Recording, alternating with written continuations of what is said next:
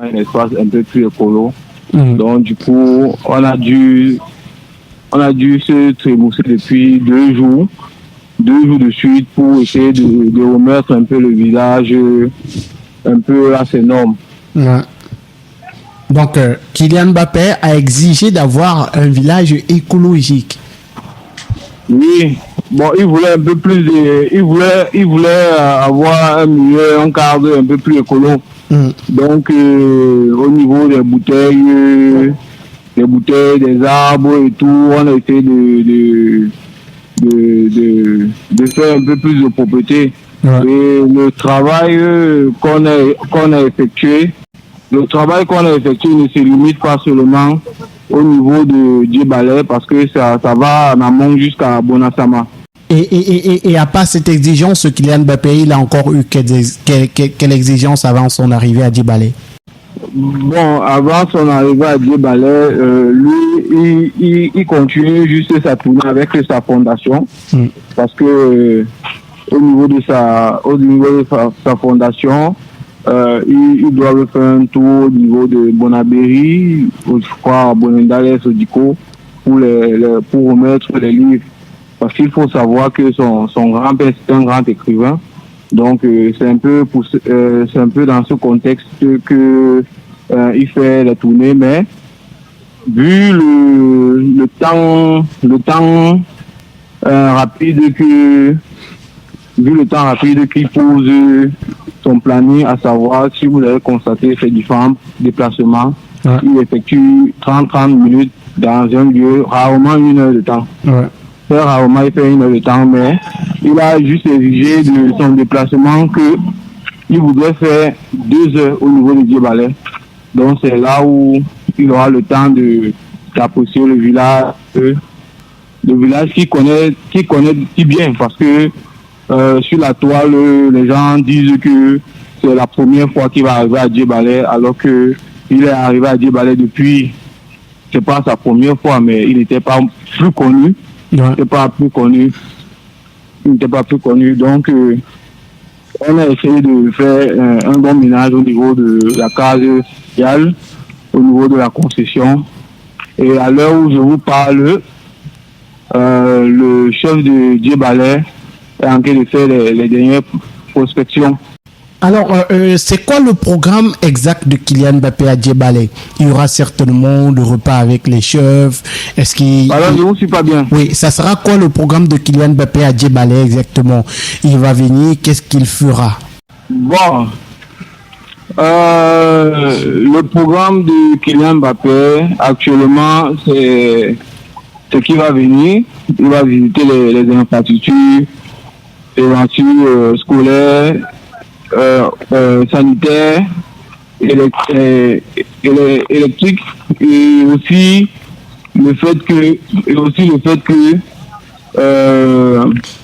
il y aura une grande réception. Il va aussi se recueillir dans la maison de son arrière-grand-père, et il aura une démarche avec le chef de Djebale. On va lui faire découvrir certaines choses que je ne peux pas dévoiler ici. Voilà. Et Gilbert, comment la population se prépare là-bas à accueillir Kylian Mbappé? Ça se passe comment? C'est quoi l'ambiance dans le village? Bon, pour dire la population se prépare, tout comme les populations de Djebale le font tous les jours. À chaque fois qu'il y a un événement, toute la diaspora de Djebale se déplace. Et pour certains qui sont allés en dehors de certains événements, on a perdu Gilbert, c'est un peu compliqué avec la connexion ce soir, mais on aura Gilbert, lui qui... Voilà, oui, il est revenu Gilbert. Allô? Oui, je dis jusqu'à présent, les gens embarquent toujours et on les accueille toujours. Il y aura des gens qui vont encore venir jusqu'à demain, même tard dans la nuit, parce qu'il y a des gens qui ont prévu traverser à minuit et 1h du matin. Voilà, et les pirogues sont toujours disponibles pour accueillir ces gens-là. Oui, donc il y a toujours les pirogues. Mais Djebala n'exclut personne. Djebala accueille tout le monde. Est-ce qu'il y a un protocole particulier pour les visiteurs si on a par exemple parmi nos auditeurs des personnes qui aimeraient arriver au village pour accueillir Kylian Mbappé sur la terre de ses ancêtres? Bon, l'une des premières choses qu'il y a, c'est que bon, c'est vrai que au niveau administratif, je ne contrôle pas trop ces détails, mais je crois quand même que pour certains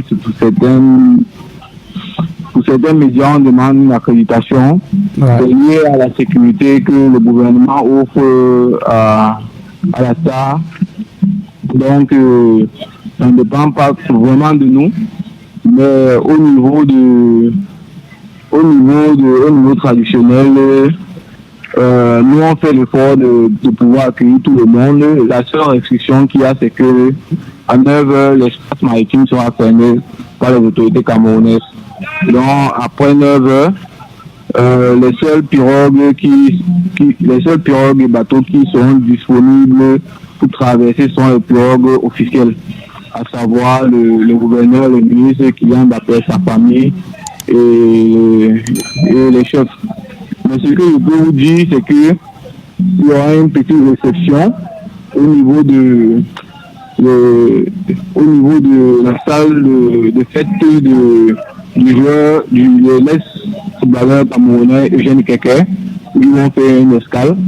Donc, je crois au niveau de Bonasama, au bord, il y aura un petit truc. Donc là, ils pourront s'arrêter là. Mais maintenant, s'ils veulent continuer à voir tout le déroulé, ce serait mieux qu'ils essayent d'envoyer une équipe au niveau de Bonasama et une équipe au niveau de Djebala qui va attendre l'arrivée de Kylian.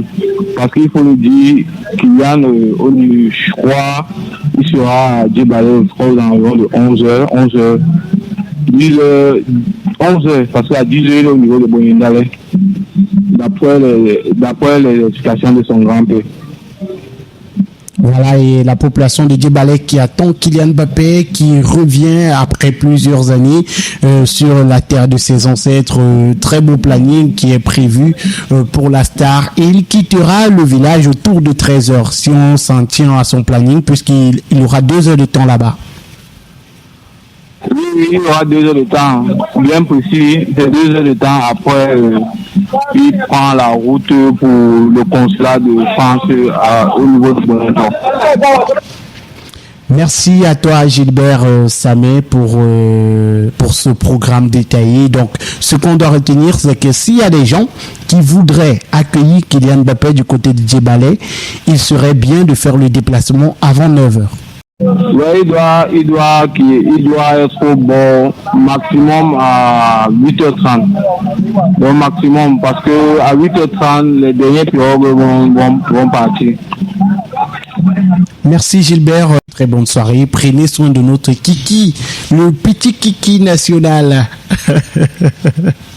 Ok, c'est moi qui vous remercie. Voilà, on vous l'a dit mesdames, messieurs, Kylian Mbappé sera du côté de Djebala demain et vous avez le programme qui nous a été donné par notre ami Gilbert